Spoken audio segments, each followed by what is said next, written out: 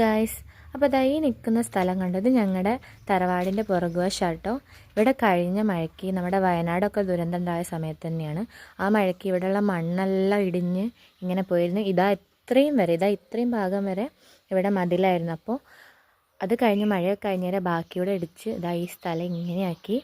പിന്നെ അച്ഛനും മക്കളും കൂടി ഒരു തോട്ടം തുടങ്ങി. ഇതൊക്കെ അച്ഛൻ്റെ പണിയാണ് കേട്ടോ. ഇങ്ങനെ കെട്ടി വൃത്തിയാക്കി കൊടുത്തത് അച്ഛൻ്റെ മക്കൾ തന്നെയാണ്. അപ്പോൾ എങ്ങനെയുണ്ട് നമ്മുടെ പുതിയ തോട്ടം? ഇവിടെ ഇത് മാത്രമല്ല, ഇവിടെ കുറച്ച് മീനിനെയും കൂടെ തുടങ്ങിയിട്ടുണ്ട്. ഇതൊക്കെ എന്താവുമെന്നറിയില്ല, നമുക്ക് നോക്കി നോക്കാം. ഇതിൻ്റെ ഉള്ളിൽ 2 മീനുണ്ട്. ഈ രണ്ടൊന്നായിരിക്കില്ല, ഇതിൻ്റെ ഉള്ളിലും ഉണ്ട് എന്നാണ്. അതിൻ്റെ ഉള്ളിലും ഉണ്ട്. അപ്പോൾ ഈ സ്ഥലം ഇപ്പം നല്ല ഭംഗിയുണ്ട് കാണാൻ. എനിക്കിപ്പോൾ ഫ്രണ്ടിനെക്കാട്ടും ഇഷ്ടം വീടിൻ്റെ ബാക്കാന്ന് പറഞ്ഞ പോലെയാണ്. ഞാൻ കാണിച്ചു തരാം, നിങ്ങൾക്ക് തന്നെ നോക്കിയാൽ മനസ്സിലാവും. അപ്പം നല്ല വൃത്തിയില്ലേ കാണാൻ? ആദ്യത്തെ നിങ്ങൾ കണ്ടില്ല, അതിനോട് നിങ്ങൾക്ക് മനസ്സിലാവില്ല.